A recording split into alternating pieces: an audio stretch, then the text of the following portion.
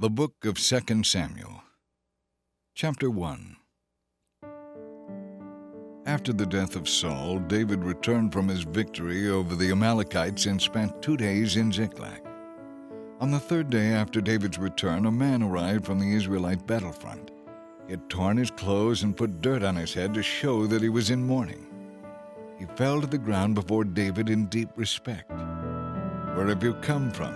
David asked. "I escaped from the Israelite camp," the man replied. "What happened?" David demanded. "Tell me how the battle went." The man replied, "Our entire army fled. Many men are dead and wounded on the battlefield, and Saul and his son Jonathan have been killed." "How do you know that Saul and Jonathan are dead?" David demanded. The young man answered, "I happened to be on Mount Gilboa. I saw Saul there leaning on his spear with the enemy chariots closing in on him. When he turned and saw me, he cried out for me to come to him. 'How can I help?' I asked him. And he said to me, 'Who are you?' I replied, 'I am an Amalekite.' And he begged me, 'Come over here and put me out of my misery, for I am in terrible pain and want to die.' So I killed him," the Amalekite told David, "for I knew he couldn't live. Then I took his crown and one of his bracelets so I could bring them to you, my lord." David and his men tore their clothes in sorrow when they heard the news. They mourned and wept and fasted all day for Saul and his son Jonathan, and for the Lord's army and the nation of Israel, because so many had died that day. And David said to the young man who had brought the news, "Where are you from?" And he replied, "I am a foreigner, an Amalekite who lives in your land." "Were you not afraid to kill the Lord's anointed one?" David asked. Then David said to one of his men, "Kill him." So the man thrust his sword into the Amalekite and killed him. "You die self-condemned," David said, "for you yourself confessed that you killed the Lord's anointed one." Then David composed a funeral song for Saul and Jonathan. Later he commanded that it be taught to all the people of Judah. It is known as the Song of the Bow, and it is recorded in the book of Jasher. "Your pride and joy, O Israel, lies dead on the hills. How the mighty heroes have fallen. Don't announce the news in Gath, or the Philistines will rejoice. Don't proclaim it in the streets of Ashkelon, or the pagans will laugh in triumph. O mountains of Gilboa, let there be no dew or rain upon you or your slopes. For there the shield of the mighty was defiled. The shield of Saul will no longer be anointed with oil. O Saul and Jonathan killed their strongest foes. They did not return from battle empty-handed. How beloved and gracious were Saul and Jonathan. They were together in life and in death. They were swifter than eagles. They were stronger than lions. O women of Israel, weep for Saul, for he dressed you in fine clothing and gold ornaments. How the mighty heroes have fallen in battle. Jonathan lies dead upon the hills. Oh, I weep for you, my brother Jonathan. Oh, how much I loved you. And your love for me was deep, deeper than the love of women. How the mighty heroes have fallen, stripped of their weapons, they lie dead." Chapter 2.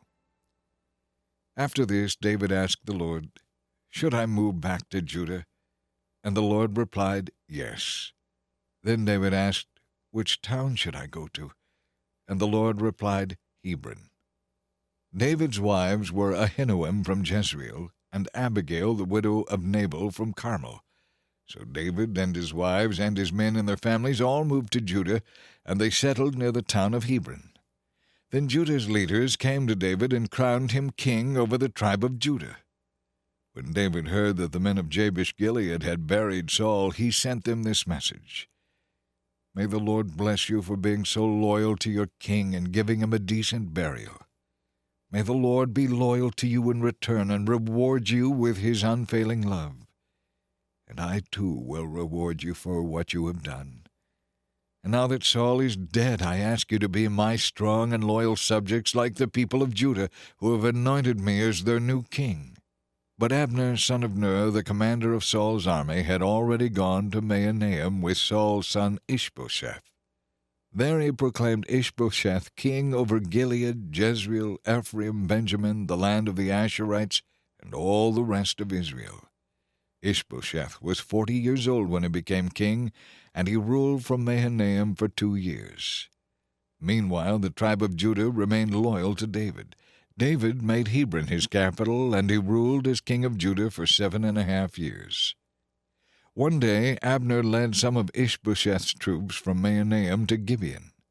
About the same time, Joab, son of Zeruiah, led David's troops from Hebron, and they met Abner at the pool of Gibeon. The two groups sat down there, facing each other from opposite sides of the pool. Then Abner suggested to Joab, "Let's have a few of our warriors put on an exhibition of hand-to-hand combat." "All right," Joab agreed. So 12 men were chosen from each side to fight against each other. Each one grabbed his opponent by the hair and thrust his sword into the other's side so that all of them died. The place has been known ever since as the Field of Swords. The two armies then began to fight each other, and by the end of the day Abner and the men of Israel had been defeated by the forces of David. Joab, Abishai, and Asahel, the 3 sons of Zeruiah, were among David's forces that day. Asahel could run like a deer, and he began chasing Abner. He was relentless and single-minded in his pursuit. When Abner looked back and saw him coming, he called out, "Is that you, Asahel?" "Yes, it is," he replied. "Go fight someone else," Abner warned. "Take on one of the younger men and strip him of his weapons."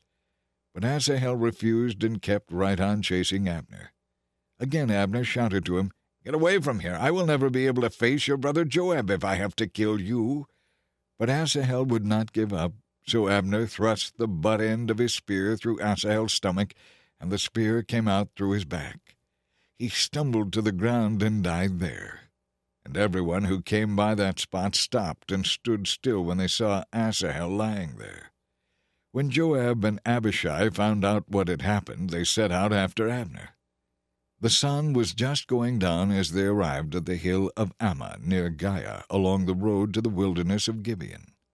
Abner's troops from the tribe of Benjamin regrouped there at the top of the hill to take a stand.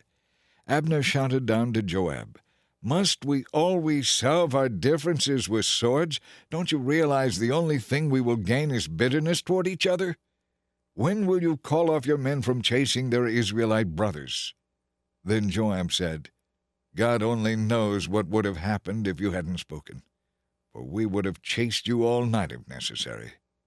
So Joab blew his trumpet, and his men stopped chasing the troops of Israel. All that night Abner and his men retreated through the Jordan Valley.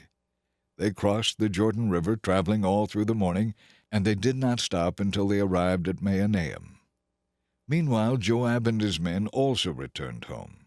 When Joab counted his casualties, he discovered that only 19 men were missing, in addition to Asahel. But 360 of Abner's men, all from the tribe of Benjamin, had been killed.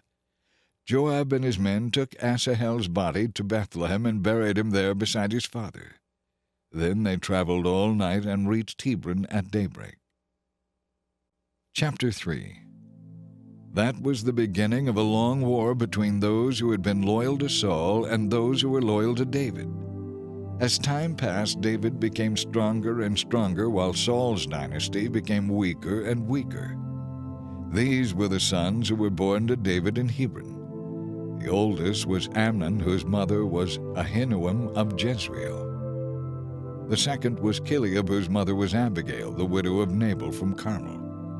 The third was Absalom, whose mother was Maacah, the daughter of Talmai, king of Geshur. The fourth was Adonijah, whose mother was Haggith. The fifth was Shephatiah, whose mother was Abital. The sixth was Ithream, whose mother was David's wife, Eglah. These sons were all born to David in Hebron. As the war went on, Abner became a powerful leader among those who were loyal to Saul's dynasty. One day Ishbosheth, Saul's son, accused Abner of sleeping with one of his father's concubines, a woman named Rizpah. Abner became furious. "Am I a Judean dog to be kicked around like this?" he shouted. "After all I have done for you and your father by not betraying you to David, is this my reward, that you find fault with me about this woman? May God deal harshly with me if I don't help David get all that the Lord has promised him. I should just go ahead and give David the rest of Saul's kingdom. I should set him up as king over Israel as well as Judah, from Dan to Beersheba." Ishbosheth didn't dare say another word because he was afraid of what Abner might do. Then Abner sent messengers to David saying, "Let's make an agreement, and I will help turn the entire nation of Israel over to you." "All right," David replied, "but I will not negotiate with you unless you bring back my wife Michal, Saul's daughter, when you come." David then sent this message to Ishbosheth, Saul's son: "Give me back my wife Michal, for I bought her with the lives of 100 Philistines."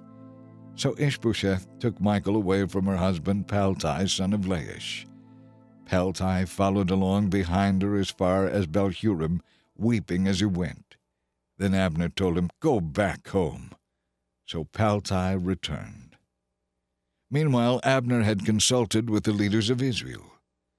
"For some time now," he told them, "you have wanted to make David your king. Now is the time, for the Lord has said, 'I have chosen David to save my people from the Philistines and from all their other enemies.'"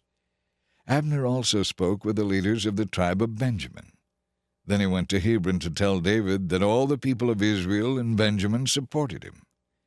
When Abner came to Hebron with his 20 men, David entertained them with a great feast. Then Abner said to David, "Let me go and call all the people of Israel to your side. They will make a covenant with you to make you their king.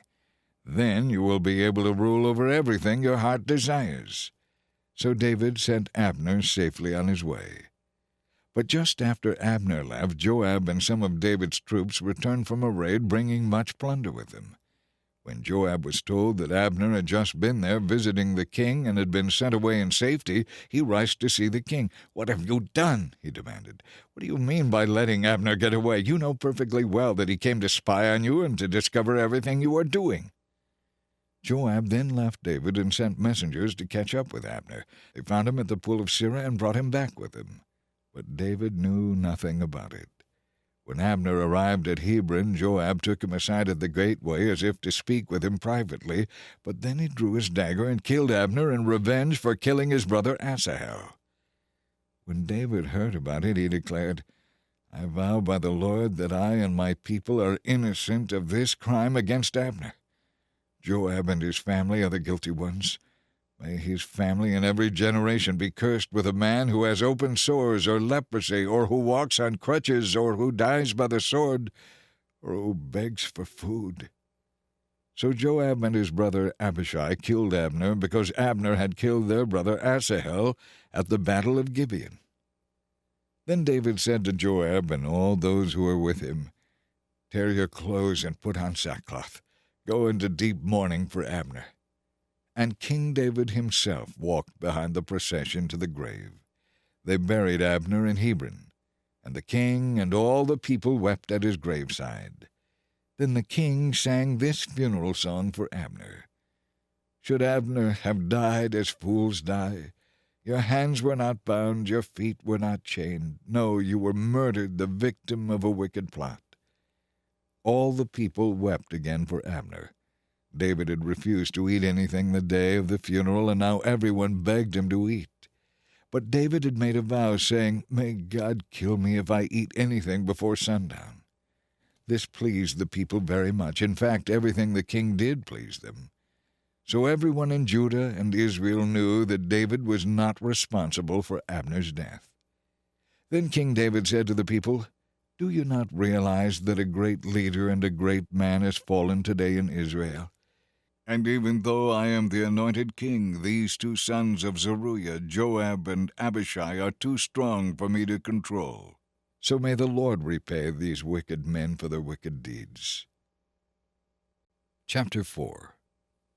When Ishbosheth heard about Abner's death at Hebron, he lost all courage, and his people were paralyzed with fear.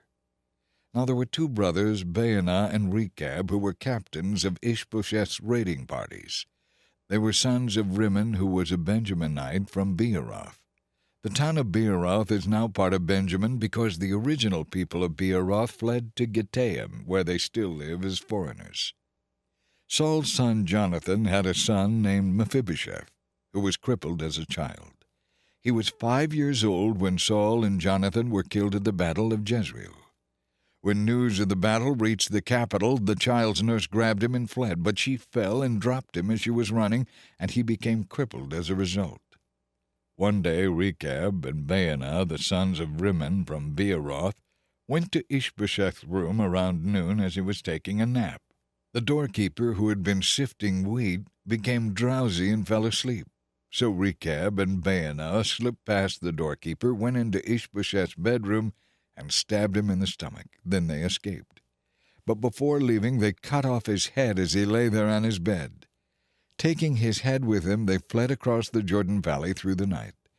They arrived at Hebron and presented Ishbosheth's head to David. "Look," they exclaimed, "here is the head of Ishbosheth, the son of your enemy Saul, who tried to kill you. Today the Lord has given you revenge on Saul and his entire family." But David said to Rechab and Baanah, "As surely as the Lord lives, the one who saves me from my enemies, I will tell you the truth. Once before someone told me, 'Saul is dead,' thinking he was bringing me good news, but I seized him and killed him at Ziklag. That's the reward I gave him for his news. Now what reward should I give the wicked men who have killed an innocent man in his own house and on his own bed? Should I not also demand your very lives?" So David ordered his young men to kill them, and they did. They cut off their hands and feet and hung their bodies beside the pool in Hebron. Then they took Ishbosheth's head and buried it in Abner's tomb in Hebron. Chapter 5. Then all the tribes of Israel went to David at Hebron and told him, "We are all members of your family. For a long time, even while Saul was our king, you were the one who really led Israel. And the Lord has told you, you will be the shepherd of my people Israel. You will be their leader." So there at Hebron, David made a covenant with the leaders of Israel before the Lord, and they anointed him king of Israel. David was 30 years old when he began to reign, and he reigned 40 years in all. He had reigned over Judah from Hebron for 7 years and 6 months, and from Jerusalem he reigned over all Israel and Judah for 33 years. David then led his troops to Jerusalem to fight against the Jebusites. "You'll never get in here," the Jebusites taunted. "Even the blind and lame could keep you out." But the Jebusites thought they were safe. But David captured the fortress of Zion, now called the City of David. When the insulting message from the defenders of the city reached David, he told his own troops, "Go up through the water tunnel into the city and destroy those lame and blind Jebusites. How I hate them." That is the origin of the saying, "The blind and the lame may not enter the house." So David made the fortress his home, and he called it the City of David. He built additional fortifications around the city, starting at the Millo and working inward. And David became more and more powerful because the Lord God Almighty was with him. Then King Hiram of Tyre sent messengers to David along with carpenters and stonemasons to build him a palace. Hiram also sent many cedar logs for lumber. And David realized that the Lord had made him king over Israel and had made his kingdom great for the sake of his people Israel. After moving from Hebron to Jerusalem, David married more wives and concubines, and he had many sons and daughters. These are the names of David's sons who were born in Jerusalem: Shemiah, Shobab, Nathan, Solomon, Ibhar, Elishua, Nepheg, Japhiah, Elishama, Eliada, and Eliphalet. When the Philistines heard that David had been anointed king of Israel, they mobilized all their forces to capture him. But David was told they were coming and went into the stronghold. The Philistines arrived and spread out across the valley of Rephaim. So David asked the Lord, "Should I go out to fight the Philistines? Will you hand them over to me?" The Lord replied, "Yes, go ahead. I will certainly give you the victory." So David went to Baal-perazim and defeated the Philistines there. "The Lord has done it," David exclaimed.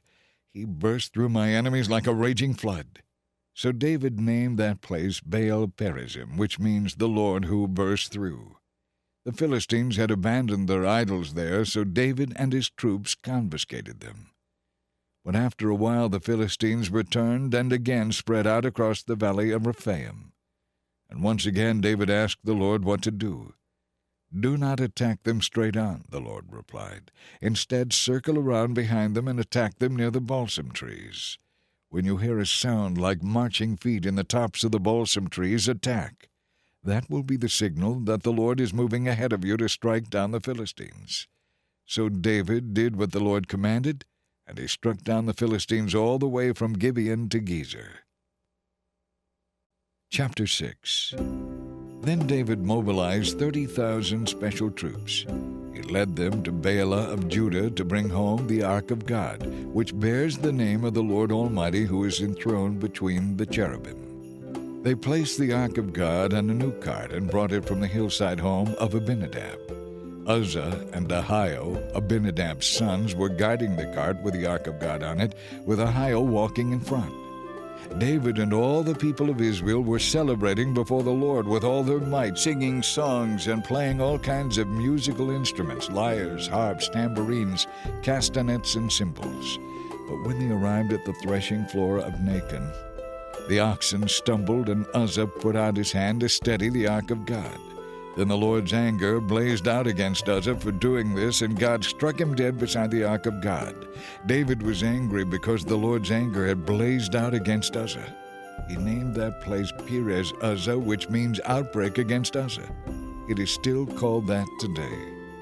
David was now afraid of the Lord and asked, "How can I ever bring the Ark of the Lord back into my care?" So David decided not to move the Ark of the Lord into the city of David. He took it instead to the home of Obed-Edom of Gath. The Ark of the Lord remained there with the family of Obed-Edom for 3 months, and the Lord blessed him and his entire household. Then King David was told, "The Lord has blessed Obed-Edom's home and everything he has because of the Ark of God." So David went there and brought the Ark to the city of David with a great celebration. After the men who were carrying it had gone 6 steps, they stopped and waited so David could sacrifice an ox and a fattened calf. And David danced before the Lord with all his might, wearing a priestly tunic. So David and all Israel brought up the Ark of the Lord with much shouting and blowing of trumpets. But as the Ark of the Lord entered the city of David, Michal, the daughter of Saul, looked down from her window. When she saw King David leaping and dancing before the Lord, she was filled with contempt for him. The Ark of the Lord was placed inside the special tent that David had prepared for it, and David sacrificed burnt offerings and peace offerings to the Lord. When he had finished, David blessed the people in the name of the Lord Almighty.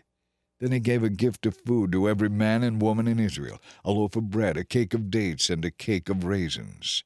Then everyone went home. When David returned home to bless his family, Michal came out to meet him and said in disgust, "How glorious the king of Israel looked today! He exposed himself to the servant girls like any indecent person might do." David retorted to Michal, "I was dancing before the Lord, who chose me above your father and his family. He appointed me as the leader of Israel, the people of the Lord. So I am willing to act like a fool in order to show my joy in the Lord. Yes, and I am willing to look even more foolish than this. But I will be held in honor by the girls of whom you have spoken." So Michal, the daughter of Saul, remained childless throughout her life. Chapter 7. When the king was settled in his palace and the Lord had brought peace to the land, David summoned Nathan the prophet. "Look," David said, "here I am living in this beautiful cedar palace, but the Ark of God is out in a tent." Nathan replied, "Go ahead and do what you have in mind, for the Lord is with you." But that same night the Lord said to Nathan, "Go and tell my servant David, this is what the Lord says. Are you the one to build me a temple to live in? I have never lived in a temple from the day I brought the Israelites out of Egypt until now. My home has always been a tent, moving from one place to another.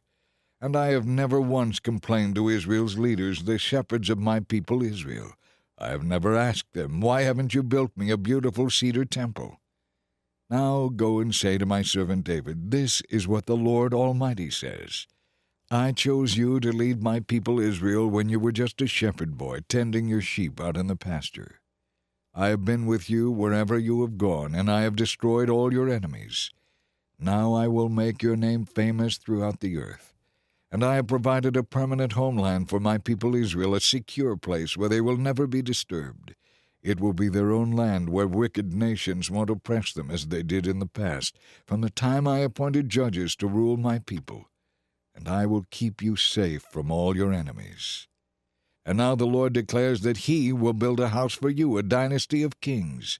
For when you die, I will raise up one of your descendants, and I will make his kingdom strong. He is the one who will build a house, a temple for my name. And I will establish the throne of his kingdom forever. I will be his father, and he will be my son. If he sins, I will use other nations to punish him, but my unfailing love will not be taken from him as I took it from Saul, whom I removed before you. Your dynasty and your kingdom will continue for all time before me, and your throne will be secure forever." So Nathan went back to David and told him everything the Lord had said. Then King David went in and sat before the Lord and prayed, "Who am I, O sovereign Lord, and what is my family that you have brought me this far? And now, sovereign Lord, in addition to everything else, you speak of giving me a lasting dynasty. Do you deal with everyone this way, O sovereign Lord? What more can I say? You know what I am really like, sovereign Lord. For the sake of your promise and according to your will, you have done all these great things and have shown them to me. How great you are, O sovereign Lord! There is no one like you. There is no other God. We have never even heard of another God like you. What other nation on earth is like Israel? What other nation, O God, have you redeemed from slavery to be your own people? You made a great name for yourself when you rescued your people from Egypt. You performed awesome miracles and drove out the nations and gods that stood in their way. You made Israel your people forever, and you, O Lord, became their God. And now, O Lord God, do as you have promised concerning me and my family. Confirm it as a promise that will last forever. And may your name be honored forever, so that all the world will say, 'The Lord Almighty is God over Israel.' And may the dynasty of your servant David be established in your presence. O Lord Almighty God of Israel, I have been bold enough to pray this prayer because you have revealed that you will build a house for me, an eternal dynasty. For you are God, O sovereign Lord. Your words are truth, and you have promised these good things to me, your servant.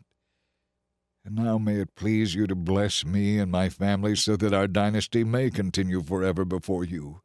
For when you grant a blessing to your servant, O sovereign Lord, it is an eternal blessing."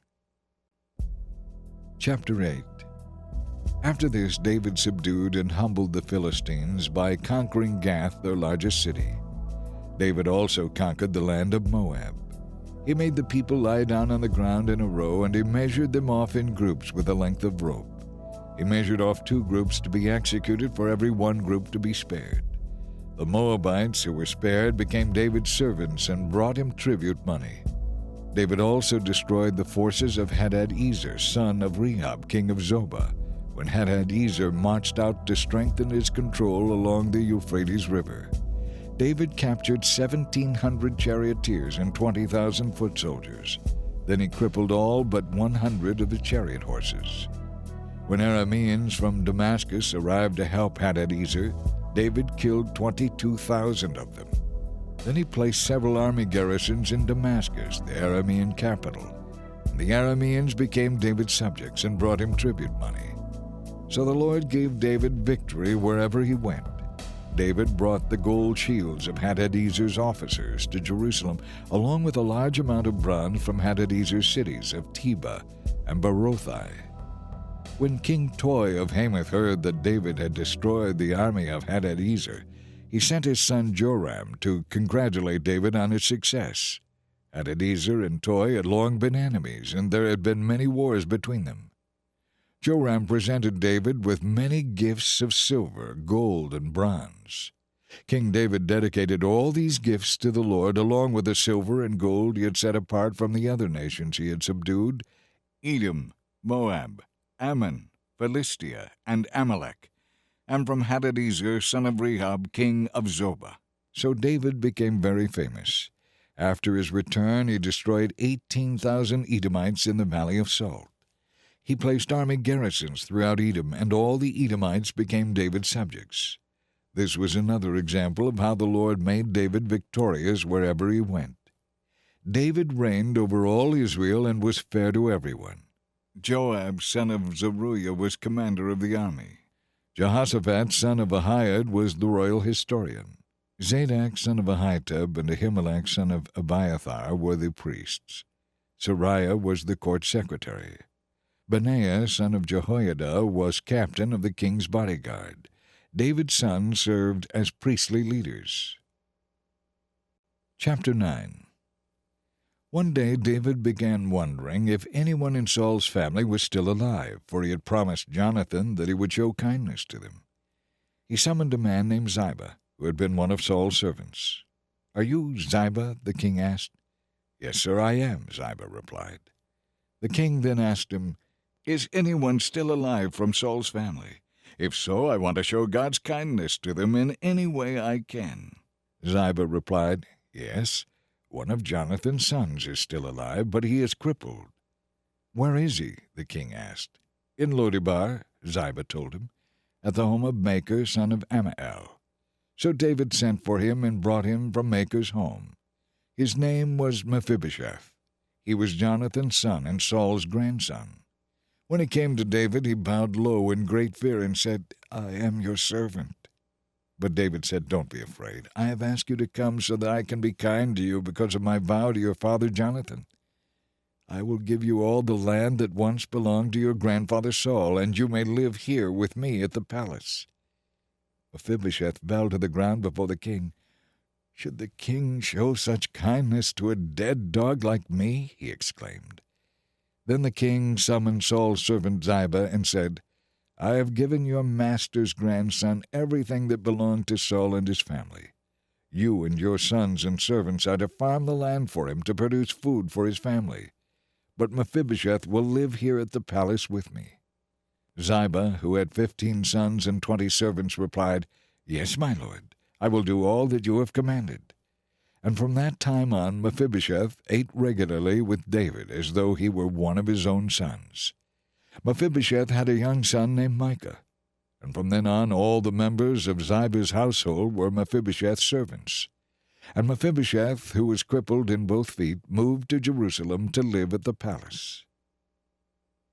Chapter 10. Some time after this, King Nahash of the Ammonites died, and his son Hanun became king. David said, "I am going to show complete loyalty to Hanun because his father Nahash was always completely loyal to me." So David sent ambassadors to express sympathy to Hanun about his father's death. But when David's ambassadors arrived in the land of Ammon, Hanun's advisers said to their master, "Do you really think these men are coming here to honor your father? No, David has sent them to spy out the city so they can come in and conquer it." So Hanun seized David's ambassadors and shaved off half of each man's beard, cut off the robes at the buttocks, and sent them back to David in shame. When David heard what had happened, he sent messengers to tell the men to stay at Jericho until their beards grew out, for they were very embarrassed by their appearance. Now the people of Ammon realized how seriously they had angered David. So they hired 20,000 Aramean mercenaries from the lands of Beth-Rehob and Zobah, 1,000 from the king of Maacah, and 12,000 from the land of Tob. When David heard about this, he sent Joab and the entire Israelite army to fight them. The Ammonite troops drew up their battle lines at the entrance of the city gates, while the Arameans from Zobah and Rehob and the men from Tob and Maacah positioned themselves to fight in the open fields. When Joab saw that he would have to fight on two fronts, he chose the best troops in his army. He placed them under his personal command and led them out to fight the Arameans in the fields. He left the rest of the army under the command of his brother Abishai, who was to attack the Ammonites. "If the Arameans are too strong for me, then come over and help me," Joab told his brother. "And if the Ammonites are too strong for you, I will come and help you. Be courageous. Let us fight bravely to save our people and the cities of our God. May the Lord's will be done." When Joab and his troops attacked, the Arameans began to run away. And when the Ammonites saw the Arameans running, they ran from Abishai and retreated into the city. After the battle was over, Joab returned to Jerusalem. The Arameans now realized that they were no match for Israel, so when they regrouped, they were joined by additional Aramean troops summoned by Hadadezer from the other side of the Euphrates River. These troops arrived at Helam under the command of Shobach, the commander of all Hadadezer's forces. When David heard what was happening, he mobilized all Israel, crossed the Jordan River, and led the army to Helam. The Arameans positioned themselves there in battle formation and then attacked David. But again the Arameans fled from the Israelites. This time David's forces killed 700 charioteers and 40,000 horsemen, including Shobach, the commander of their army. When Hadadezer and his Aramean allies realized they had been defeated by Israel, they surrendered to them and became their subjects. After that, the Arameans were afraid to help the Ammonites. Chapter 11. The following spring, the time of year when kings go to war, David sent Joab and the Israelite army to destroy the Ammonites. In the process, they laid siege to the city of Rabbah, but David stayed behind in Jerusalem. Late one afternoon, David got out of bed after taking a nap and went for a stroll on the roof of the palace. As he looked out over the city, he noticed a woman of unusual beauty taking a bath. He sent someone to find out who she was, and he was told, "She is Bathsheba, the daughter of Eliam and the wife of Uriah the Hittite." Then David sent for her. When she came to the palace, he slept with her. She had just completed the purification rites after having her menstrual period. Then she returned home. When Bathsheba discovered that she was pregnant, she sent a message to inform David. So David sent word to Joab, "Send me Uriah the Hittite." When Uriah arrived, David asked him how Joab and the army were getting along and how the war was progressing. Then he told Uriah, "Go on home and relax." David even sent a gift to Uriah after he had left the palace. But Uriah wouldn't go home. He stayed that night at the palace entrance with some of the king's other servants. When David heard what Uriah had done, he summoned him and asked, "What's the matter with you? Why didn't you go home last night after being away for so long?" Uriah replied, "The ark and the armies of Israel and Judah are living in tents, and Joab and his officers are camping in the open fields. How could I go home to wine and dine and sleep with my wife? I swear that I will never be guilty of acting like that." "Well, stay here tonight. Tomorrow you may return to the army." So Uriah stayed in Jerusalem that day and the next. Then David invited him to dinner and got him drunk. But even then he couldn't get Uriah to go home to his wife. Again he slept at the palace entrance. So the next morning David wrote a letter to Joab and gave it to Uriah to deliver. The letter instructed Joab, "Station Uriah on the front lines where the battle is fiercest, and pull back so that he will be killed." So Joab assigned Uriah to a spot closest to the city wall where he knew the enemy's strongest men were fighting. And Uriah was killed along with several other Israelite soldiers. Then Joab sent a battle report to David.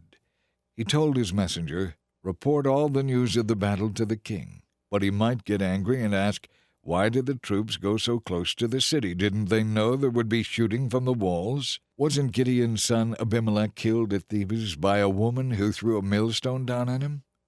Then tell him, "Uriah the Hittite was killed too."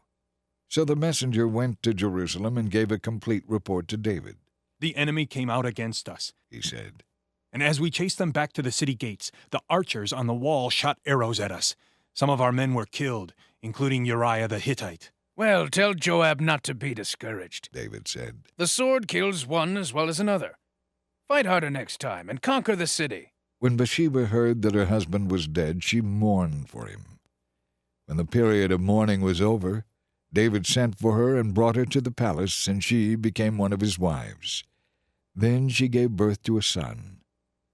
But the Lord was very displeased with what David had done. Chapter 12. So the Lord sent Nathan the prophet to tell David this story. There were two men in a certain town. One was rich and one was poor. The rich man owned many sheep and cattle. The poor man owned nothing but a little lamb he had worked hard to buy. He raised that little lamb, and it grew up with his children. It ate from the man's own plate and drank from his cup. He cuddled it in his arms like a baby daughter. One day, a guest arrived at the home of the rich man. But instead of killing a lamb from his own flocks for food, he took the poor man's lamb and killed it and served it to his guest. David was furious. As surely as the Lord lives, He vowed. any man who would do such a thing deserves to die. He must repay 4 lambs to the poor man for the one he stole and for having no pity. Then Nathan said to David, You are that man. The Lord, the God of Israel, says, I anointed you king of Israel and saved you from the power of Saul.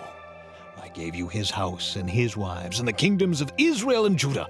And if that had not been enough, I would have given you much, much more. Why then have you despised the word of the Lord and done this horrible deed? For you have murdered Uriah and stolen his wife. From this time on, the sword will be a constant threat to your family, because you have despised me by taking Uriah's wife to be your own. Because of what you have done, I, the Lord, will cause your household to rebel against you. I will give your wives to another man, and he will go to bed with them in public view. You did it secretly, but I will do this to you openly in the sight of all Israel. Then David confessed to Nathan. I have sinned against the Lord. Nathan replied, Yes, but the Lord has forgiven you, and you won't die for this sin. But you have given the enemies of the Lord great opportunity to despise and blaspheme him. So your child will die. After Nathan returned to his home, the Lord made Bathsheba's baby deathly ill. David begged God to spare the child. He went without food and lay all night on the bare ground. The leaders of the nation pleaded with him to get up and eat with them, but he refused. Then on the 7th day, the baby died. David's advisers were afraid to tell him. He was so broken up about the baby being sick, they said. What will he do to himself when we tell him the child is dead? But when David saw them whispering, he realized what had happened. Is the baby dead? He asked. Yes, they replied. Then David got up from the ground, washed himself, put on lotions, and changed his clothes. Then he went to the tabernacle and worshipped the Lord. After that he returned to the palace and ate. His advisers were amazed. We don't understand you, they told him. While the baby was still living, you wept and refused to eat. But now that the baby is dead, you have stopped your mourning and are eating again. David replied, I fasted and wept while the child was alive, for I said, perhaps the Lord will be gracious to me and let the child live. But why should I fast when he is dead? Can I bring him back again? I will go to him one day, but he cannot return to me. Then David comforted Bathsheba, his wife, and slept with her. She became pregnant and gave birth to a son, and they named him Solomon. The Lord loved the child and sent word through Nathan the prophet that his name should be Jedediah, beloved of the Lord, because the Lord loved him. Meanwhile, Joab and the Israelite army were successfully ending their siege of Rabbah, the capital of Ammon. Joab sent messengers to tell David, I have fought against Rabbah and captured its water supply. Now bring the rest of the army and finish the job so you will get credit for the victory instead of me. So David led the rest of his army to Rabbah and captured it. David removed the crown from the king's head, and it was placed on David's own head. The crown was made of gold and set with gems, and it weighed about 75 pounds. David took a vast amount of plunder from the city. He also made slaves of the people of Rabbah and forced them to labor with saws, picks, and axes, and to work in the brick kilns. That is how he dealt with the people of all the Ammonite cities. Then David and his army returned to Jerusalem. Chapter 13. David's son Absalom had a beautiful sister named Tamar, and Amnon, her half-brother, fell desperately in love with her. Amnon became so obsessed with Tamar that he became ill. She was a virgin, and it seemed impossible that he could ever fulfill his love for her. Now Amnon had a very crafty friend, his cousin Jonadab. He was the son of David's brother Shimeah. One day Jonadab said to Amnon, What's the trouble? Why should the son of a king look so dejected morning after morning? So Amnon told him, I'm in love with Tamar, Absalom's sister. Well, Jonadab said, I'll tell you what to do. Go back to bed and pretend you are sick. When your father comes to see you, ask him to let Tamar come and prepare some food for you. Tell him you'll feel better if she feeds you." So Amnon pretended to be sick. And when the king came to see him, Amnon asked him, "Please let Tamar come to take care of me and cook something for me to eat." So David agreed and sent Tamar to Amnon's house to prepare some food for him. When Tamar arrived at Amnon's house, she went to the room where he was lying down so he could watch her mix some dough. Then she baked some special bread for him. But when she set the serving tray before him, he refused to eat. "Everyone get out of here," Amnon told his servants. So they all left. Then he said to Tamar, "Now bring the food into my bedroom and feed it to me here." So Tamar took it to him. But as she was feeding him, he grabbed her and demanded, "Come to bed with me, my darling sister." "No, my brother," she cried. "Don't be foolish. Don't do this to me. You know what a serious crime it is to do such a thing in Israel. Where could I go in my shame, and you would be called one of the greatest fools in Israel? Please just speak to the king about it, and he will let you marry me." But Amnon wouldn't listen to her, and since he was stronger than she was, he raped her. Then suddenly Amnon's love turned to hate, and he hated her even more than he had loved her. "Get out of here," he snarled at her. "No, no," Tamar cried. "To reject me now is a greater wrong than what you've already done to me." But Amnon wouldn't listen to her. He shouted for his servant and demanded, "Throw this woman out and lock the door behind her." So the servant put her out. She was wearing a long, beautiful robe, as was the custom in those days for the king's virgin daughters. But now Tamar tore her robe and put ashes on her head. And then, with her face in her hand, she went away crying. Her brother Absalom saw her and asked, "Is it true that Amnon has been with you?" "Oh, don't be so upset. Since he's your brother anyway, don't worry about it." So Tamar lived as a desolate woman in Absalom's house. When King David heard what had happened, he was very angry. And though Absalom never spoke to Amnon about it, he hated Amnon deeply because of what he had done to his sister. 2 years later, when Absalom's sheep were being sheared at Baal Hazor near Ephraim, Absalom invited all the king's sons to come to a feast. He went to the king and said, "My sheep shearers are now at work. Would the king and his servants please come to celebrate the occasion with me?" The king replied, "No, my son. If we all came, we would be too much of a burden on you." Absalom pressed him, but the king wouldn't come, though he sent his thanks. "Well then," Absalom said, "if you can't come, how about sending my brother Amnon instead?" "Why Amnon?" the king asked. But Absalom kept on pressing the king until he finally agreed to let all his sons attend, including Amnon.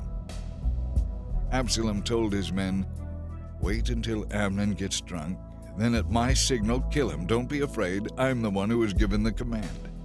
Take courage and do it." So at Absalom's signal they murdered Amnon. Then the other sons of the king jumped on their mules and fled. As they were on their way back to Jerusalem, this report reached David: "Absalom has killed all your sons. Not one is left alive." The king jumped up, tore his robe, and fell prostrate on the ground. His advisers also tore their clothes in horror and sorrow. But just then Jonadab, the son of David's brother Shimeah, arrived and said, "No, not all your sons have been killed. It was only Amnon. Absalom has been plotting this ever since Amnon raped his sister Tamar. No, your sons aren't all dead. It was only Amnon." Meanwhile, Absalom escaped. Then the watchman on the Jerusalem wall saw a great crowd coming toward the city from the west. He ran to tell the king, "I see a crowd of people coming from the Horonaim road along the side of the hill." "Look," Jonadab told the king. "There they are now. Your sons are coming just as I said." They soon arrived, weeping and sobbing, and the king and his officials wept bitterly with them. And David mourned many days for his son Amnon. Absalom fled to his grandfather Talmai, son of Ammihud, the king of Geshur. He stayed there in Geshur for 3 years. And David, now reconciled to Amnon's death, longed to be reunited with his son Absalom. Chapter 14. Joab realized how much the king longed to see Absalom. So he sent for a woman from Tekoa who had a reputation for great wisdom. He said to her, "Pretend you're in mourning. Wear mourning clothes and don't bathe or wear any perfume. Act like a woman who has been in deep sorrow for a long time. Then go to the king and tell him the story I am about to tell you." Then Joab told her what to say. When the woman approached the king, she fell with her face down to the floor in front of him and cried out, "O king, help me." "What's the trouble?" the king asked. "I am a widow," she replied. "My 2 sons had a fight out in the field, and since no one was there to stop it, one of them was killed. Now the rest of the family is demanding, 'Let us have your son. We will execute him for murdering his brother. He doesn't deserve to inherit his family's property. But if I do that, I will have no one left, and my husband's name and family will disappear from the face of the earth.'" "Leave it to me," the king told her. "Go home, and I'll see to it that no one touches him." "Oh, thank you, my lord," she replied. "And I'll take the responsibility if you are criticized for helping me like this." "Don't worry about that," the king said. "If anyone objects, bring them to me. I can assure you they will never complain again." Then she said, "Please swear to me by the Lord your God that you won't let anyone take vengeance against my son. I want no more bloodshed." "As surely as the Lord lives," he replied, "not a hair on your son's head will be disturbed." "Please, let me ask one more thing of you," she said. "Go ahead," he urged. "Speak." She replied, "Why don't you do as much for all the people of God as you have promised to do for me? You have convicted yourself in making this decision because you have refused to bring home your own banished son. All of us must die eventually. Our lives are like water spilled out on the ground which cannot be gathered up again. That is why God tries to bring us back when we have been separated from him. He does not sweep away the lives of those he cares about, and neither should you. But I have come to plead with you for my son because my life and my son's life have been threatened. I said to myself, perhaps the king will listen to me and rescue us from those who would cut us off from God's people. Yes, the king will give us peace of mind again. I know that you are like an angel of God and can discern good from evil. May the Lord your God be with you." "I want to know one thing," the king replied. "Yes, my lord," she asked. "Did Joab send you here?" And the woman replied, "My lord the king, how can I deny it? Nobody can hide anything from you. Yes, Joab sent me and told me what to say. He did it to place the matter before you in a different light, but you are as wise as an angel of God, and you understand everything that happens among us." So the king sent for Joab and told him, "All right, go and bring back the young man Absalom." Joab fell to the ground before the king and blessed him and said, "At last I know that I have gained your approval, for you have granted me this request." Then Joab went to Geshur and brought Absalom back to Jerusalem. But the king gave this order, "Absalom may go to his own house, but he must never come into my presence." So Absalom did not see the king. Now no one in Israel was as handsome as Absalom. From head to foot he was the perfect specimen of a man. He cut his hair only once a year, and then only because it was too heavy to carry around. When he weighed it out, it came to 5 pounds. He had 3 sons and 1 daughter. His daughter's name was Tamar, and she was very beautiful. Absalom lived in Jerusalem for 2 years without getting to see the king. Then Absalom sent for Joab to ask him to intercede for him, but Joab refused to come.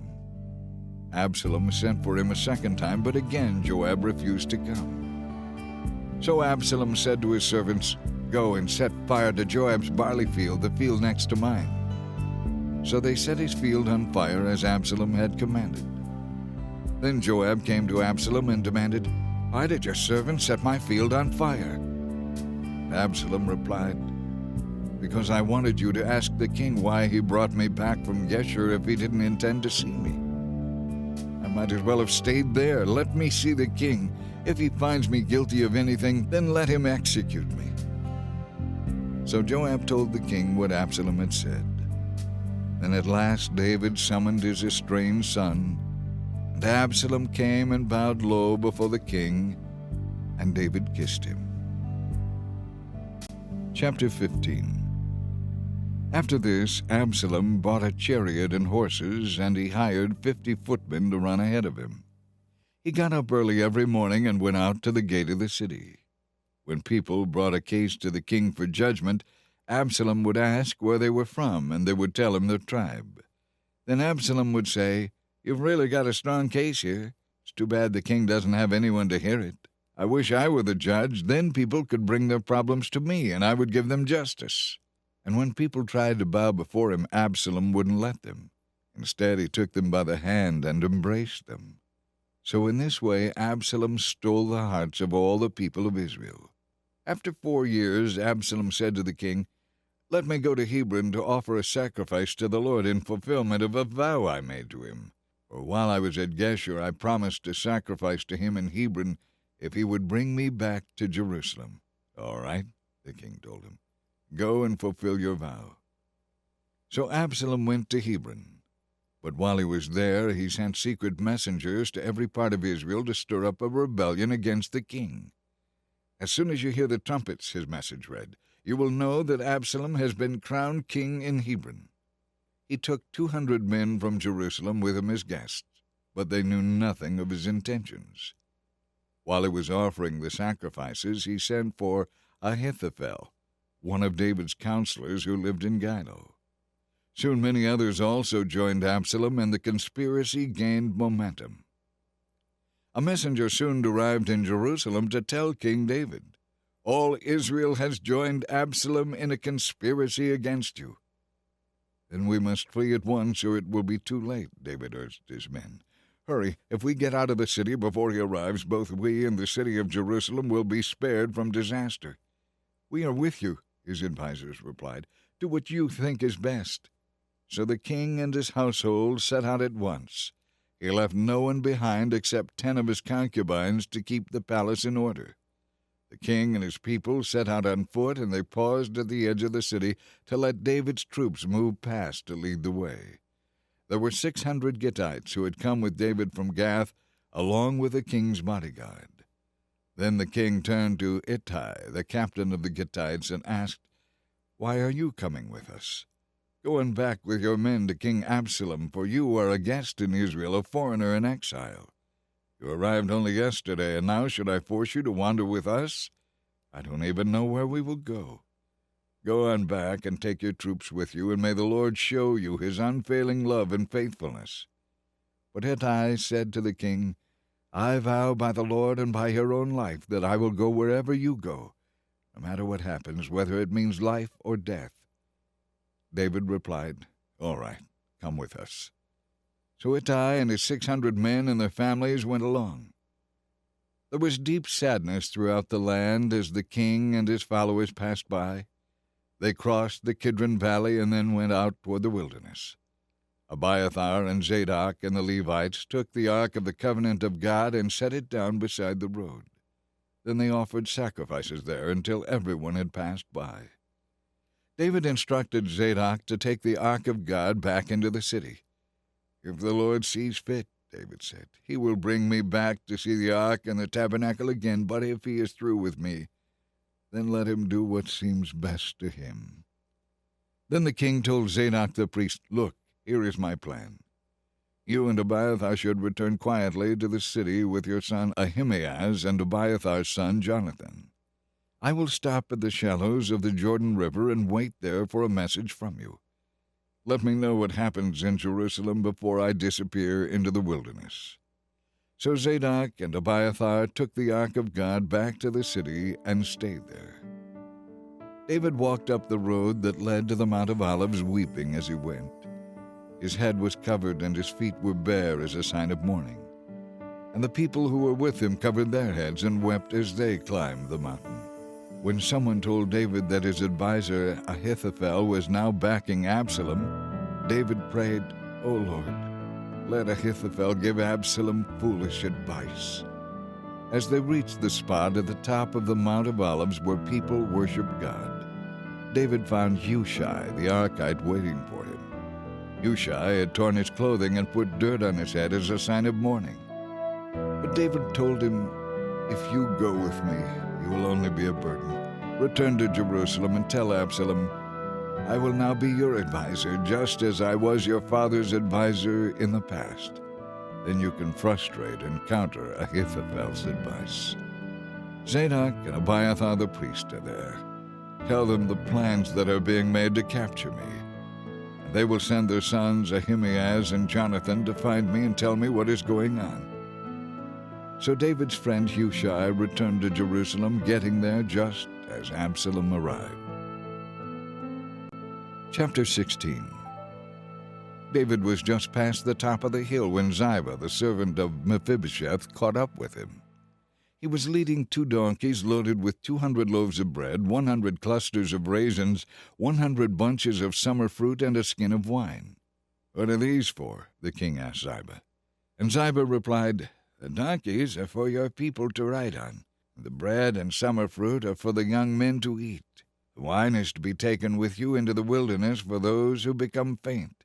"And where is Mephibosheth?" the king asked him. "He stayed in Jerusalem," Ziba replied. "He said, 'Today I will get back the kingdom of my grandfather Saul.'" "In that case," the king told Ziba, "I give you everything Mephibosheth owns." "Thank you, sir," Ziba replied. "I will always do whatever you want me to do." As David and his party passed Bahurim, a man came out of the village cursing them. It was Shimei, son of Gera, a member of Saul's family. He threw stones at the king and the king's officers and all the mighty warriors who surrounded them. "Get out of here, you murderer, you scoundrel!" he shouted at David. "The Lord is paying you back for murdering Saul and his family. You stole his throne, and now the Lord has given it to your son Absalom. At last you will taste some of your own medicine, you murderer." "Why should this dead dog curse my lord the king?" Abishai, son of Zeruiah, demanded. "Let me go over and cut off his head." "No," the king said.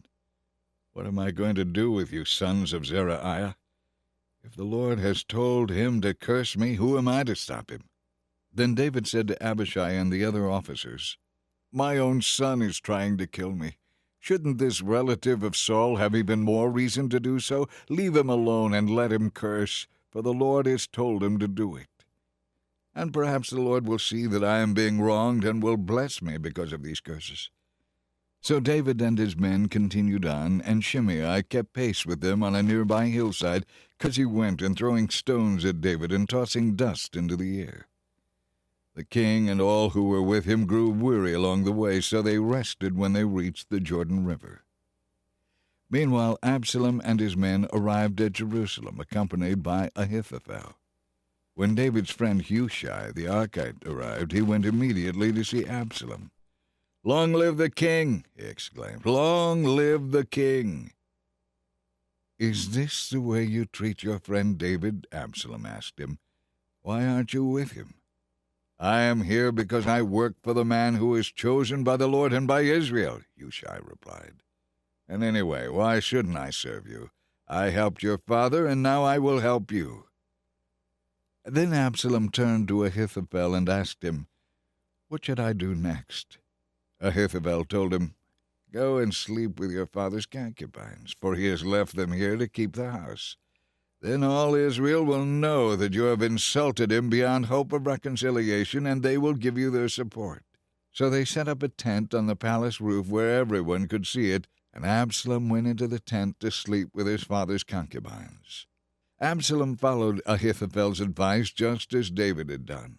For every word Ahithophel spoke seemed as wise as though it had come directly from the mouth of God. Chapter 17.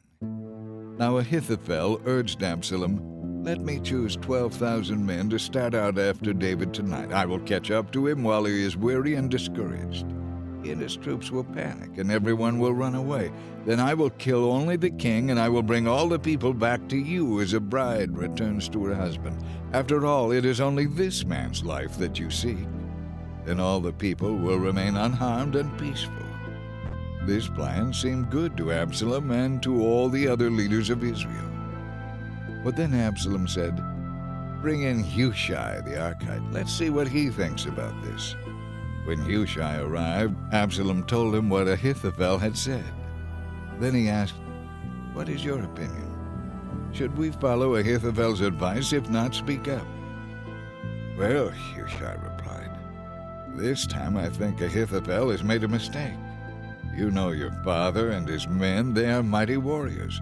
Right now they are probably as enraged as a mother bear who has been robbed of her cubs. Remember that your father is an experienced soldier. He won't be spending the night among the troops. He is probably already hidden in some pit or cave, and when he comes out and attacks and a few of your men fall, there will be panic among your troops, and everyone will start shouting that your men are being slaughtered. Then even the bravest of them, though they have the heart of a lion, will be paralyzed with fear.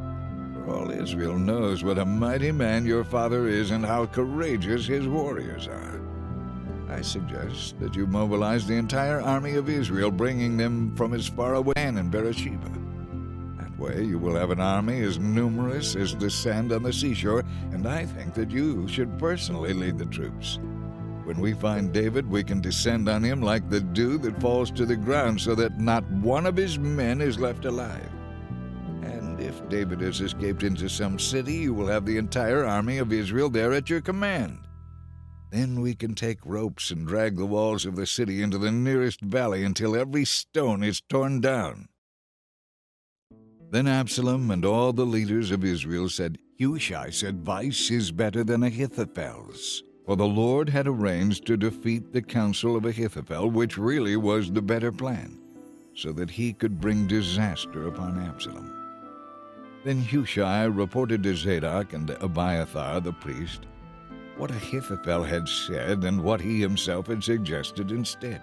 "Quick," he told them, "find David and urge him not to stay at the shallows of the Jordan River tonight. He must go across at once into the wilderness beyond. Otherwise he will die and his entire army with him."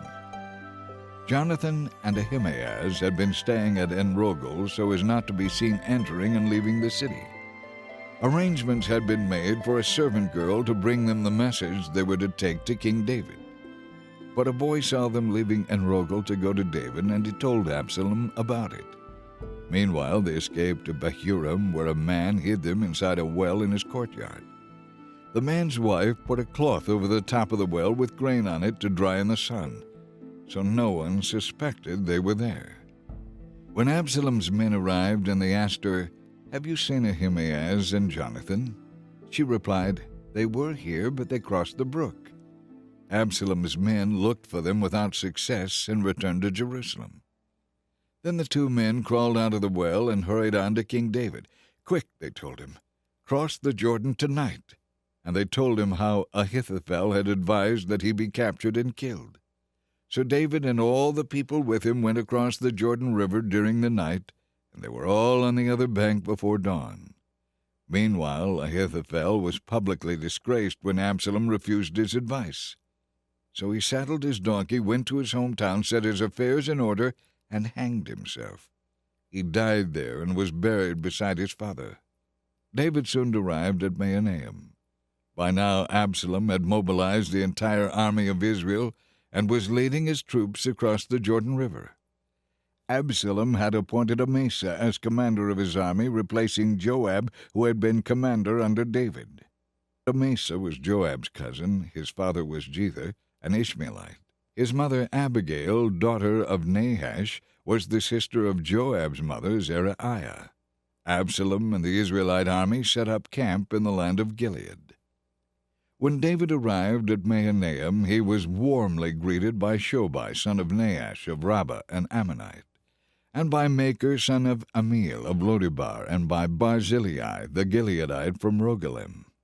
They brought sleeping mats, cooking pots, serving bowls, wheat and barley flour, roasted grain, beans, lentils, honey, butter, sheep, and cheese for David and those who were with him. For they said, "You must all be very tired and hungry and thirsty after your long march through the wilderness." Chapter 18. David now appointed generals and captains to lead his troops. 1/3 was placed under Joab, 1/3 under Joab's brother Abishai, son of Zeruiah, and 1/3 under Ittai the Gittite. The king told his troops, "I am going out with you." But his men objected strongly. "You must not go," they urged. If we have to turn and run, and even if half of us die, it will make no difference to Absalom's troops. They will be looking only for you. You are worth 10,000 of us, and it is better that you stay here in this city and send us help if we need it." "If you think that's the best plan, I'll do it," the king finally agreed.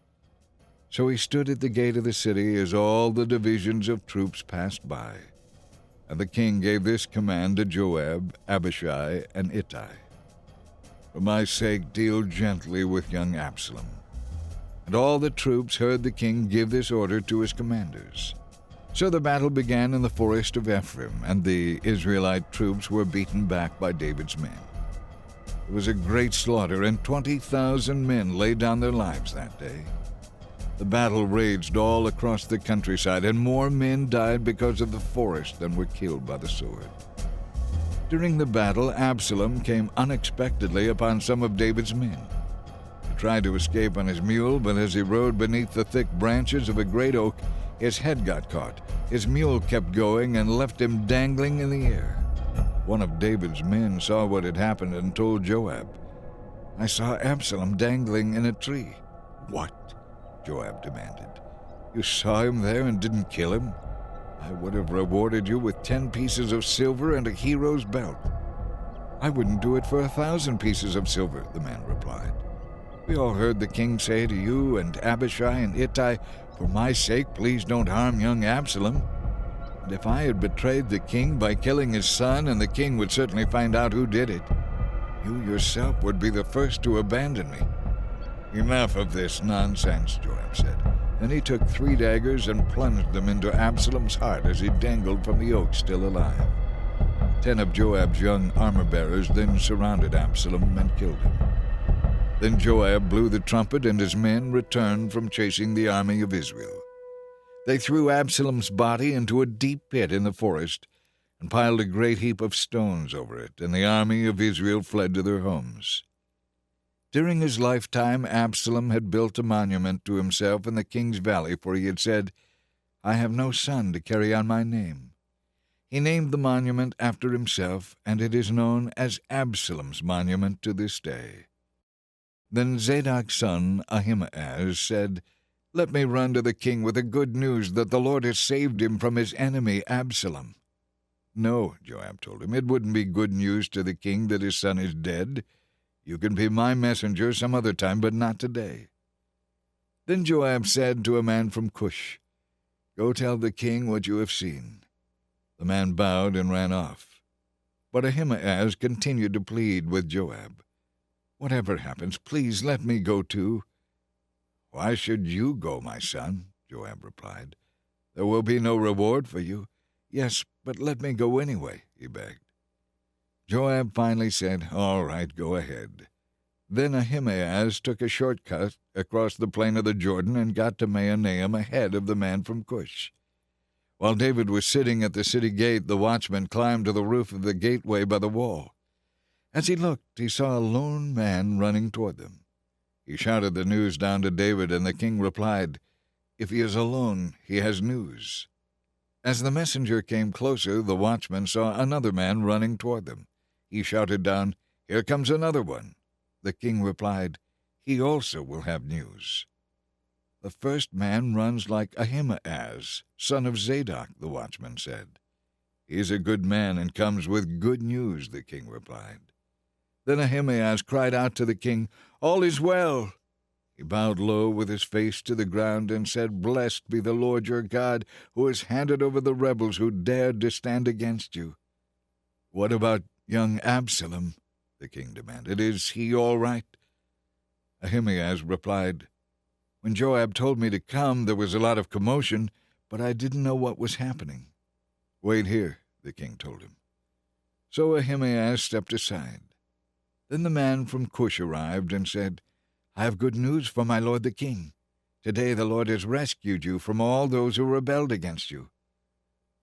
"What about young Absalom?" the king demanded. "Is he all right?" And the Cushite replied, "May all of your enemies, both now and in the future, be as that young man is." The king was overcome with emotion. He went up to his room over the gateway and burst into tears. And as he went, he cried, "Oh, my son Absalom, my son Absalom, if only I could have died instead of you. Oh, Absalom, my son, my son." Chapter 19. Word soon reached Joab that the king was weeping and mourning for Absalom. As the troops heard of the king's deep grief for his son, the joy of that day's victory was turned into deep sadness. They crept back into the city as though they were ashamed and had been beaten in battle.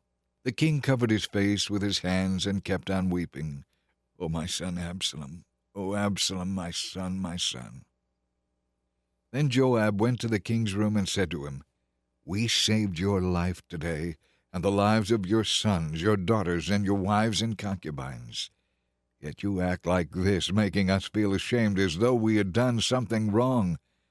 You seem to love those who hate you and hate those who love you. You have made it clear today that we mean nothing to you.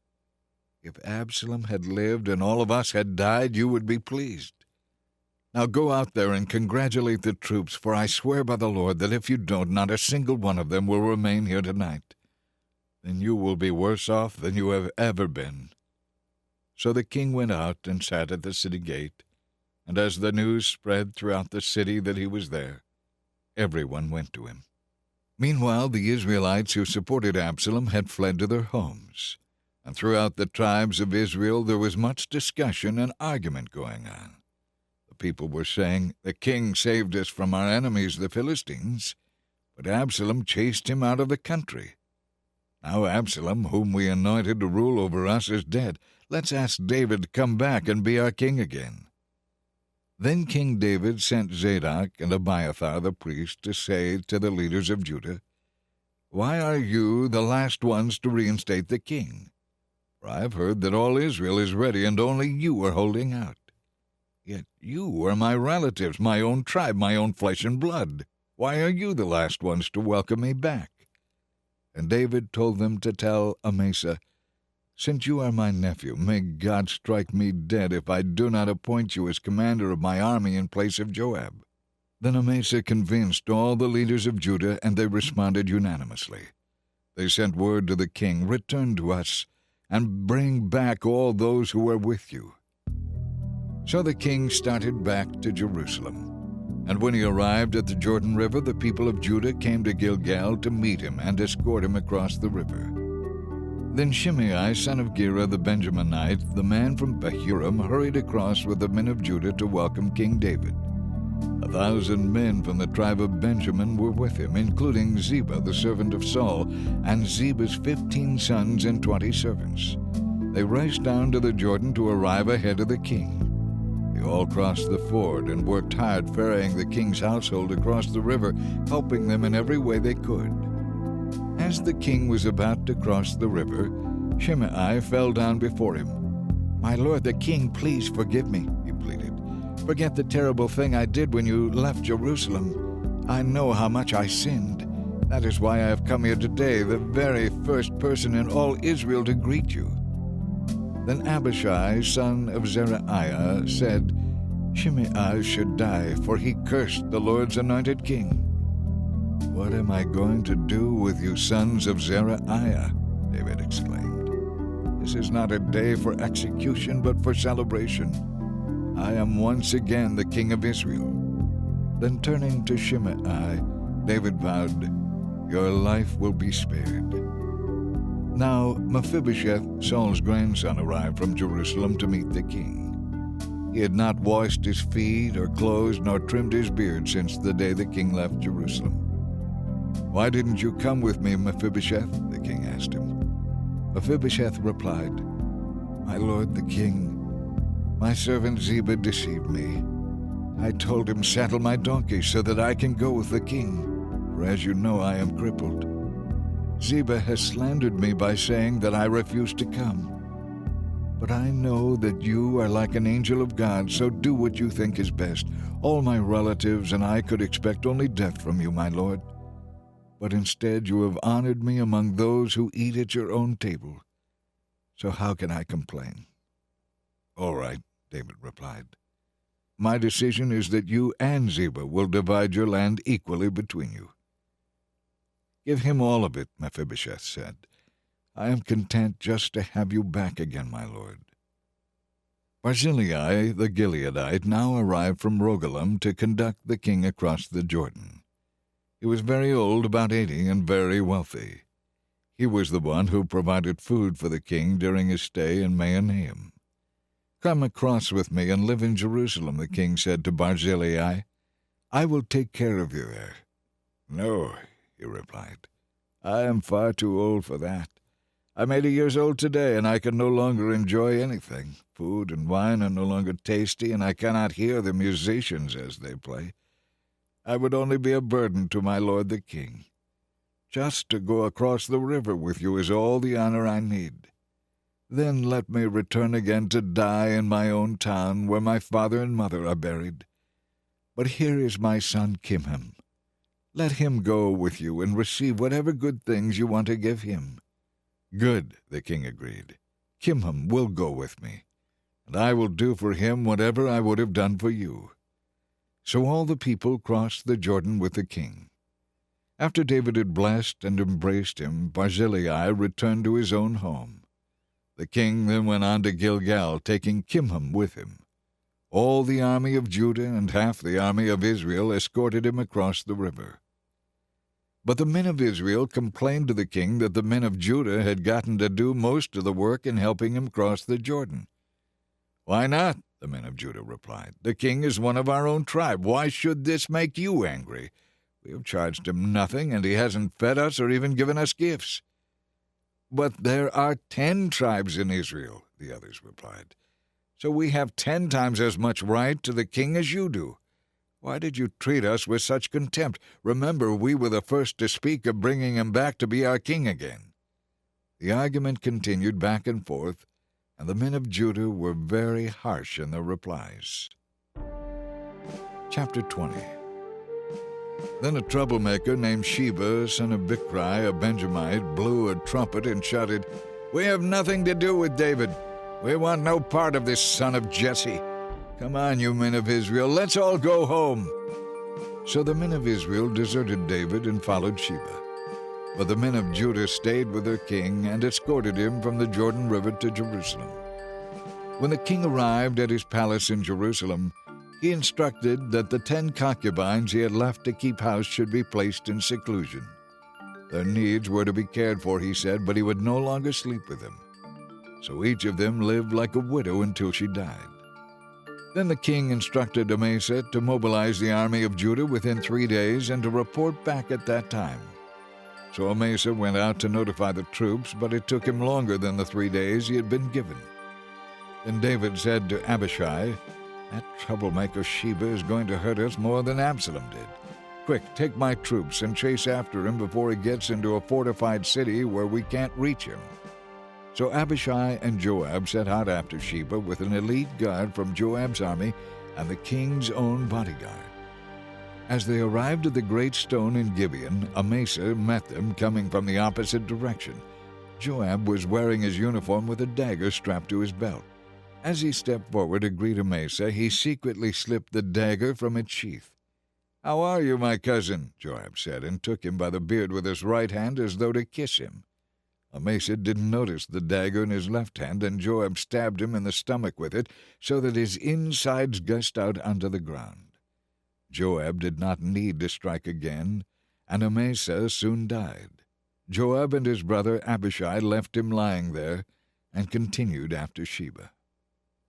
One of Joab's young officers shouted to Amasa's troops, "If you are for Joab and David, come and follow Joab." But Amasa lay in his blood in the middle of the road, and Joab's officer saw that a crowd was gathering around to stare at him. So he pulled him off the road into a field and threw a cloak over him. With Amasa's body out of the way, everyone went on with Joab to capture Sheba. Meanwhile, Sheba had traveled across Israel to mobilize his own clan of Bichri at the city of Abel-Beth-Maachah. When Joab's forces arrived, they attacked Abel-Beth-Maachah and built a ramp against the city wall and began battering it down. But a wise woman in the city called out to Joab, "Listen to me, Joab. Come over here so I can talk to you." As he approached, the woman asked, "Are you Joab?" "I am," he replied. So she said, "Listen carefully to your servant." "I'm listening," he said. Then she continued, "There used to be a saying, 'If you want to settle an argument, ask advice at the city of Abel.' I am one who is peace-loving and faithful in Israel. But you are destroying a loyal city. Why do you want to destroy what belongs to the Lord?" And Joab replied, "Believe me, I don't want to destroy your city. All I want is a man named Sheba, son of Bichri, from the hill country of Ephraim, who has revolted against King David.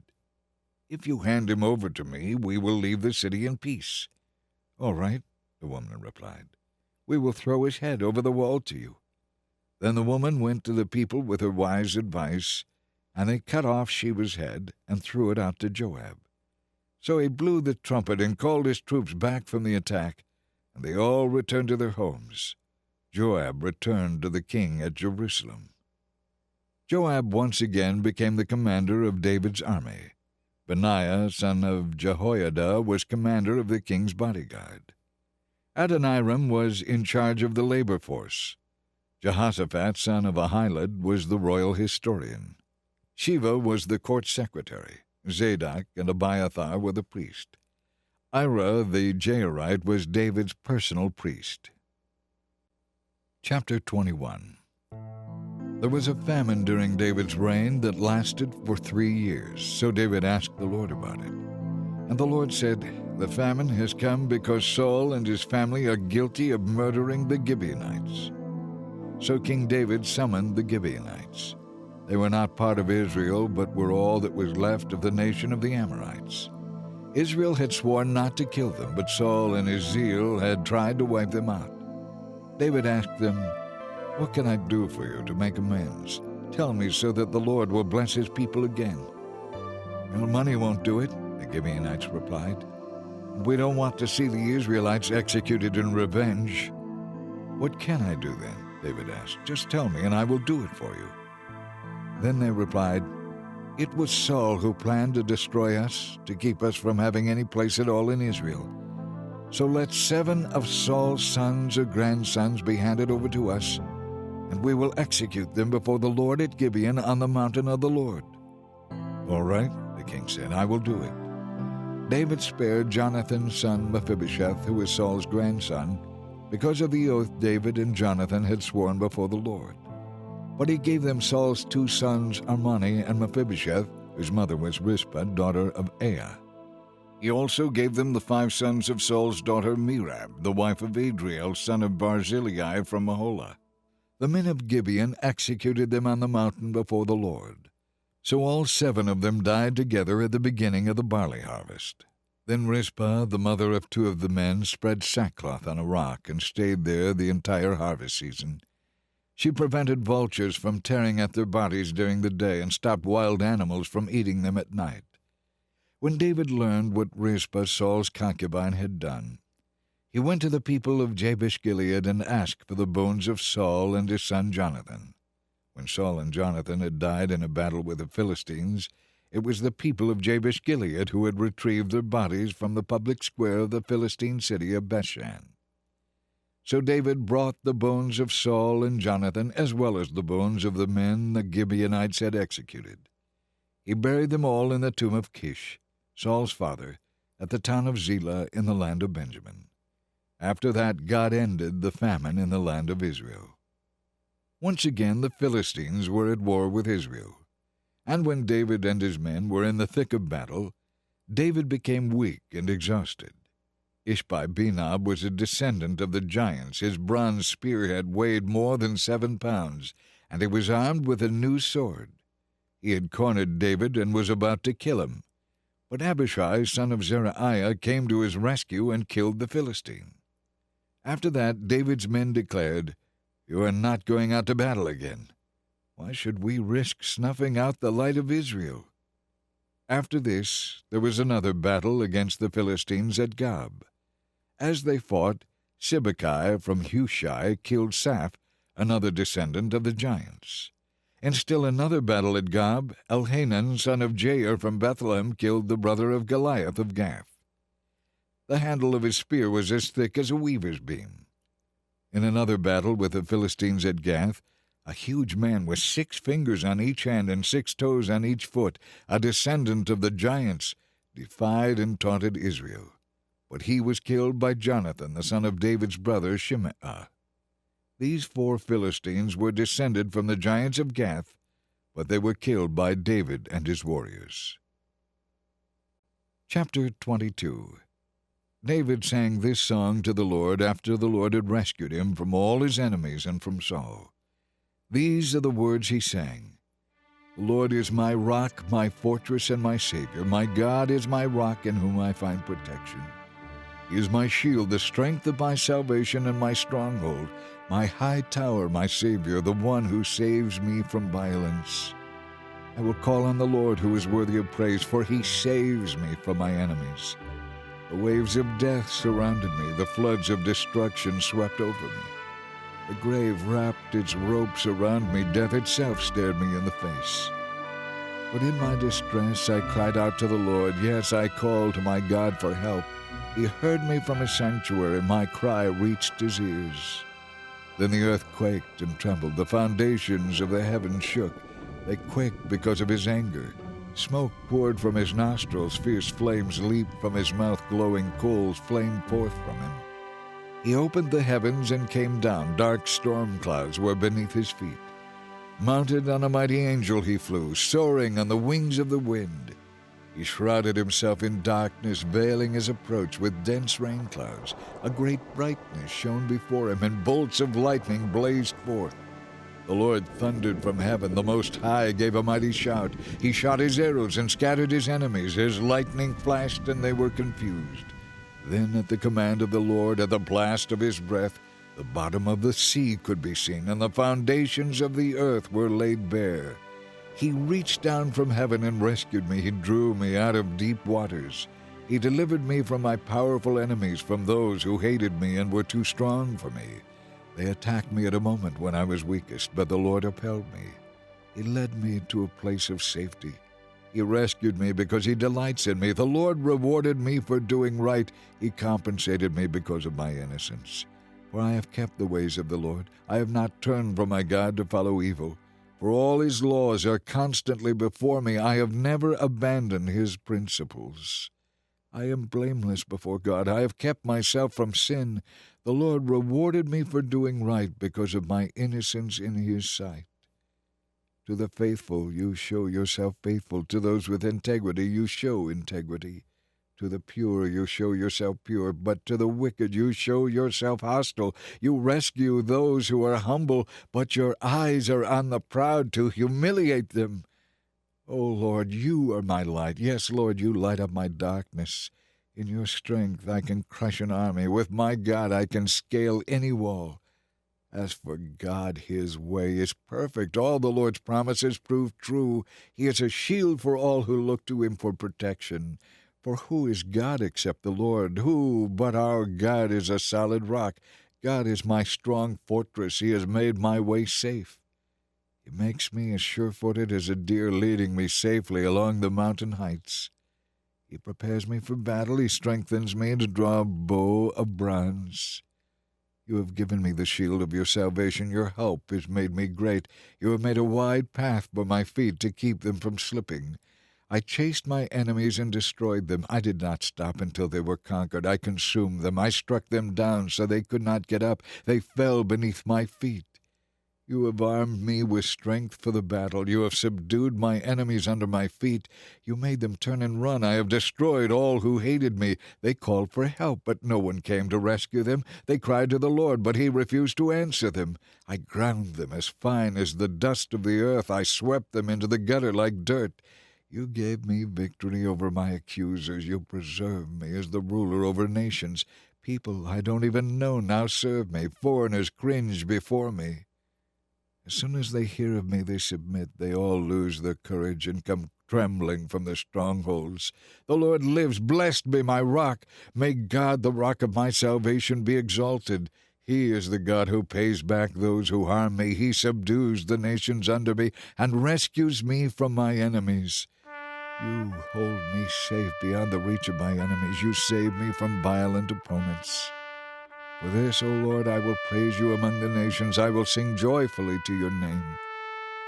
You give great victories to your king. You show unfailing love to your anointed, to David and all his descendants forever.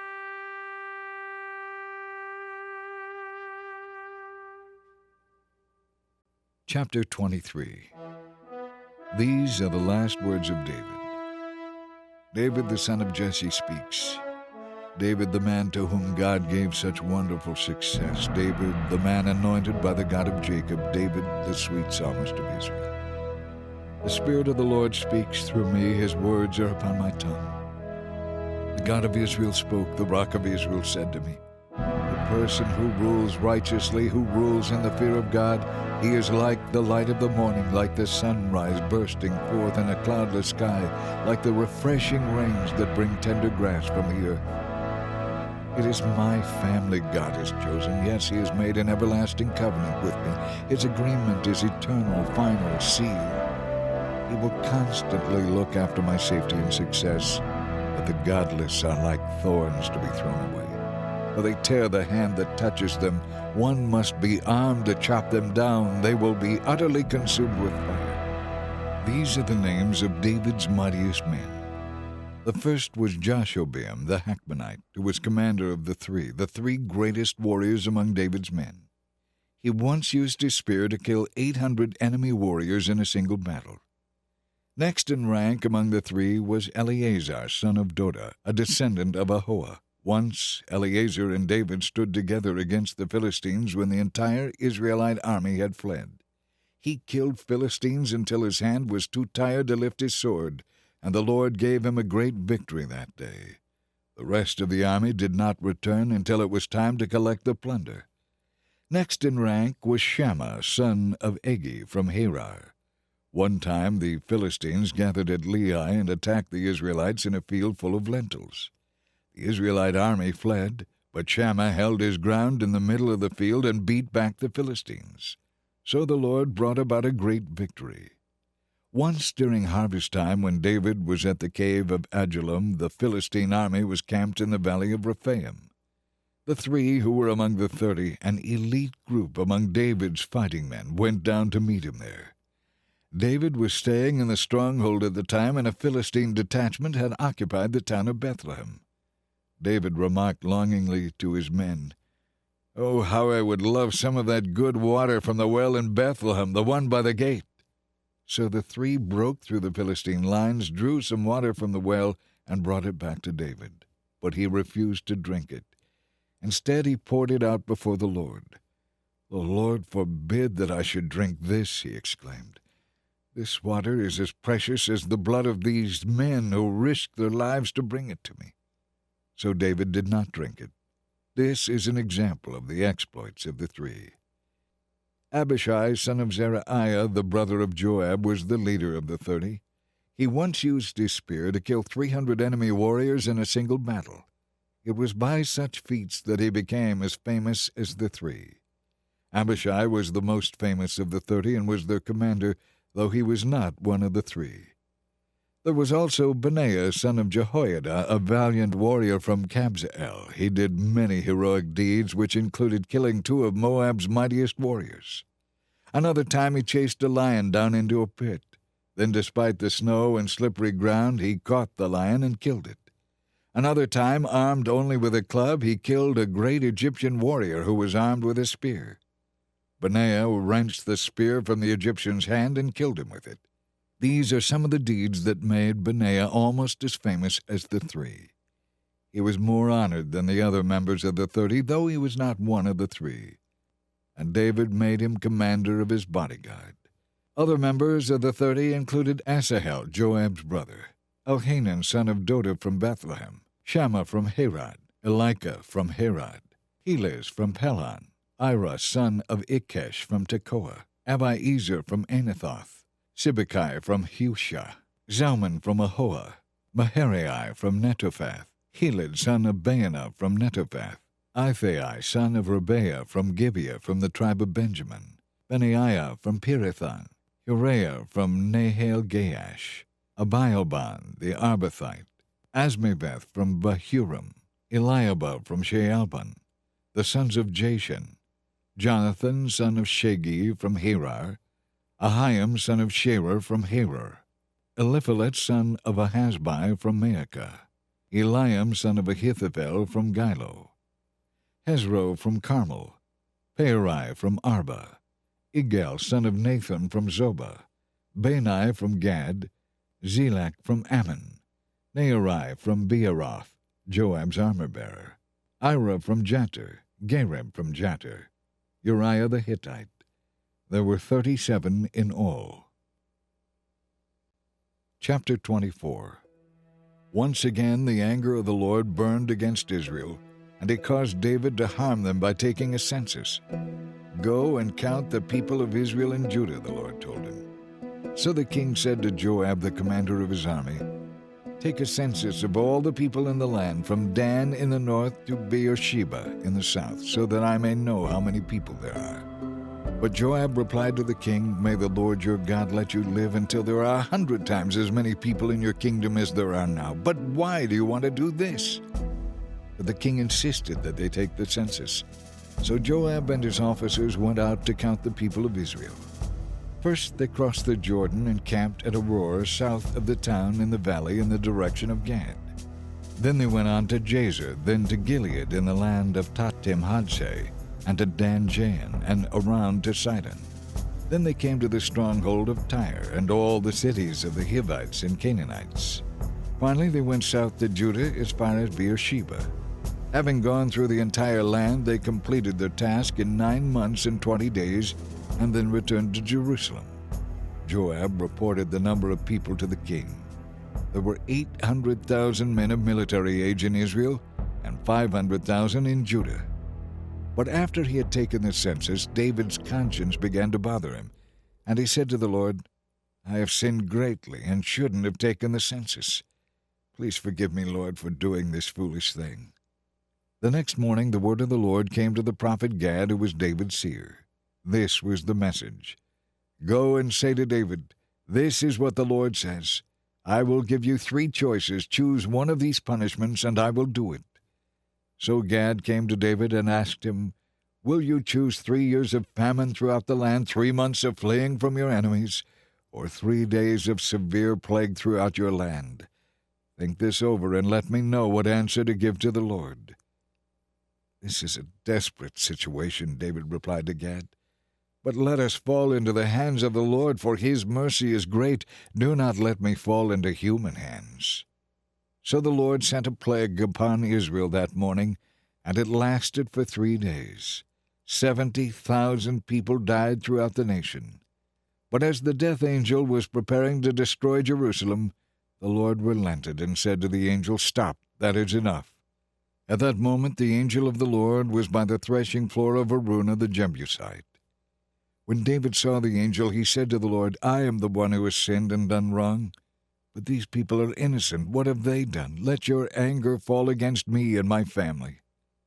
That day Gad came to David and said to him, "Go and build an altar to the Lord on the threshing floor of Araunah the Jebusite." So David went to do what the Lord had commanded him. When Araunah saw the king and his men coming toward him, he came forward and bowed before the king with his face to the ground. "Why have you come, my lord?" Araunah asked. And David replied, "I have come to buy your threshing floor and to build an altar to the Lord there, so that the Lord will stop the plague." "Take it, my lord, and use it as you wish," Araunah said to David.